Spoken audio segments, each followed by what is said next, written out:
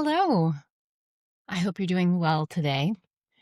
I have been thinking about the One Big Beautiful Bill Act, the tax law that was passed over the summer by Trump here and Congress, here on the second day of a government shutdown, which is when I'm recording. And as you may know, if you've been listening to this podcast, you know that I have been trying to teach you about what is in this bill and what will affect you, which is important. And I still have more episodes to come on that because this is a massive piece of legislation passed when most of us were kind of, checked out in the summer. And one of the things I keep really pushing up against is that a lot of the sort of immediate effects on people are not that big and not that bad. In fact, some things are a little bit positive, like some money in your pocket immediately. But when you look at the bill in a more holistic way, it is incredibly destructive to society, to the social safety net, to frankly, people having health care. A lot of people are going to lose their health care. They're going to lose food assistance. I certainly care about the generation younger than me. I have children. I don't think you need to have children to care about young people, but this bill also is a real, it's a middle finger to young people because it gives such an enormous amount of debt, such an unfathomably large amount of debt that the government is going to have to handle. It is going to prevent the ability of future generations to even have a social safety net because simply paying back this debt and servicing the interest on this debt is going to be such an enormous share of the U.S. budget in a couple decades from now. So I just want to bring a little awareness to this. And if you, feel free to tell me what you think of it in a respectful way, please. But feel free to tell me your thoughts. I'd love to hear from you on Instagram @SunlightTax if you value this kind of context. All right.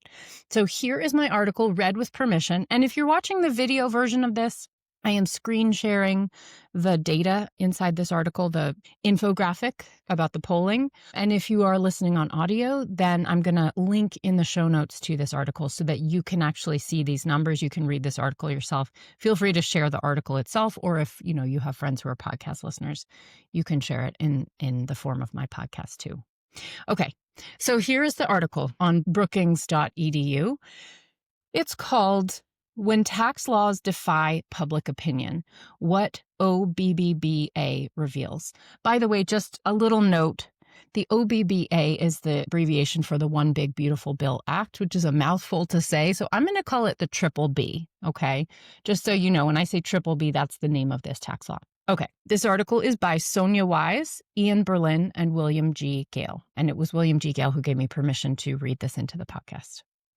All right. The One Big Beautiful Bill Act of 2025, like the Tax Cuts and Jobs Act, the TCJA of 2017, became law despite polling that showed many Americans viewed it unfavorably. This pattern is not unique to tax legislation. Counter to public preferences, there has been a lack of legislation on gun safety, and there have been new restrictions on reproductive health care. In the case of tax laws, the fiscal stakes are especially high. The BBB's provisions are projected to add trillions to the federal deficit over the next decade and reshape major federal tax and spending programs. Understanding why major tax legislation can diverge from public preferences helps identify how to close the gap between what lawmakers enact and what the public supports, all while improving the nation's fiscal outlook over the long term. What the polling says.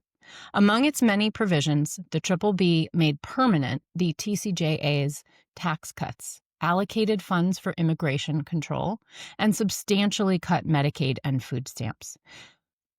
In June, before the BBB was enacted, a Washington Post Ipsos poll revealed that 42% of respondents opposed the BBB, while only 23% supported it. About 1/3 of respondents had no opinion, which suggests that they had little knowledge of the bill's provisions. This raises broader concerns about how little substantive information about tax legislation reaches or resonates with the public. Among those who are aware of the legislation, opposition rose to 64%. A Wall Street Journal poll taken after enactment found that 70% of respondents believe that the BBB tax cuts will help the wealthy, and over half say the legislation will be detrimental to social programs. Research supports those views, but some public preferences carry more weight. The divergence between public opinion and legislation has deep roots.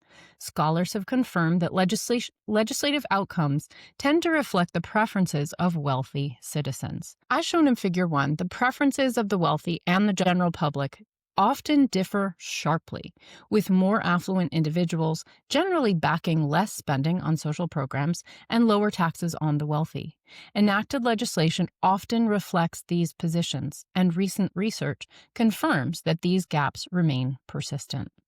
Now, I'm going to take a little pause in my reading to actually go through the data in this. There's 5 polling questions, and I just want to tell you what these 5 polling questions are and how the 1%, now it's hard to actually completely pin down if someone is in the 1% because wealth is notoriously difficult to see, but the polling is based on people in the roughly 1% highest wealth and versus the other 99%, okay? So this chart, and I'm linking to it in the show notes or you can see it in the video, is called Policy Preferences of the Wealthy versus the General Public. So question 1, spending on programs like Medicare, education, and highways should be cut to decrease federal budget deficits. The wealthy in favor, 58%. General public in favor, 27%. Second question, national health insurance, financed by tax money, should pay for most forms of health care. The wealthy say 32% agree. The general public, 61% agree. Question 3, the government should provide a decent standard of living for the unemployed. The wealthy, 23% agree. The rest of us, 50% agree. Number 4, our government should redistribute wealth via heavy taxes on the rich. The wealthy, unsurprisingly, 17% agree, and the general public, 52% agree. And last question, it is the responsibility of the government to reduce the differences in income. The wealthy, 13% agree, and the 99%, 46% agree.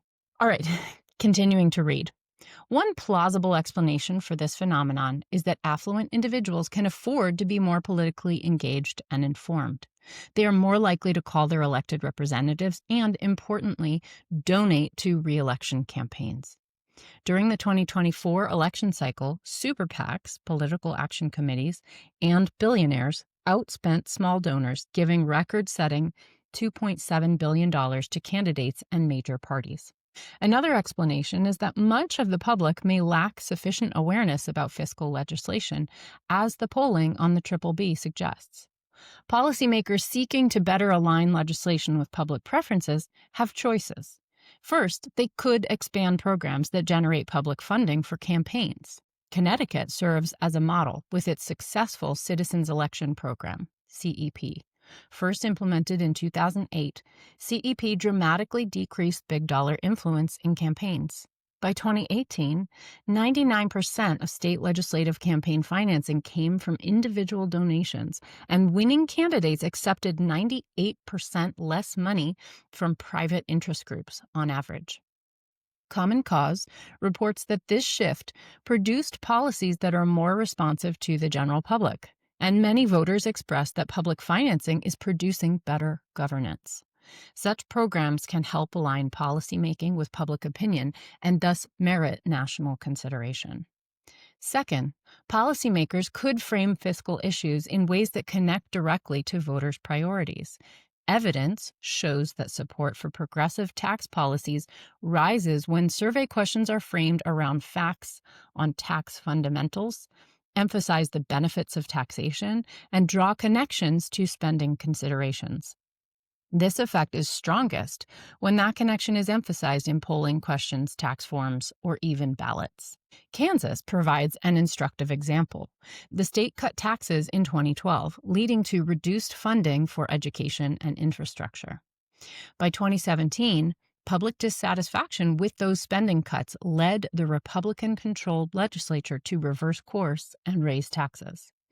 This underscores the importance of linking abstract fiscal policy to tangible outcomes. Framing tax debates around their real-world consequences in surveys and other outreach methods could help voters evaluate tax proposals more fully and make more informed decisions at the ballot box.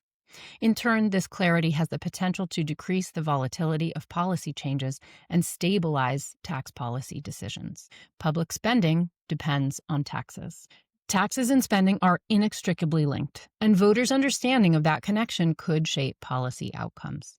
While many people support tax cuts in isolation, support declines when the trade-offs like higher debt or cuts to Social Security and other welfare programs are made explicit. The passage of the OBBBA marks yet another instance of tax legislation out of step with public preferences and the country's needs. Closing this gap will be neither quick nor easy, but it is essential for the health of our democracy and for sound fiscal policy.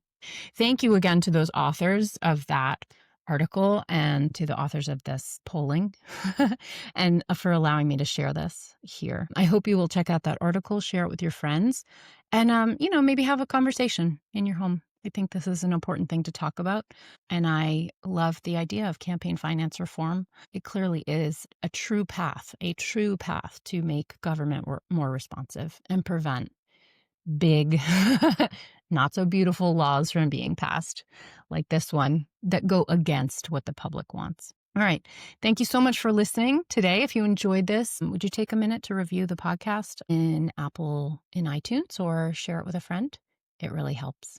All right. I'll see you on the next one. Bye. Thank you for listening. If you like the show, please be sure to subscribe, leave a review, and share it with a friend. It really helps. I'm so grateful. My tax guide, Taxes for Humans, is available for pre-order at sunlighttax.com/book. This podcast is for education and entertainment only. Nothing in this episode should be taken as individual tax or financial advice. You can find all the tools, books, and links I reference at sunlighttax.com/podcast.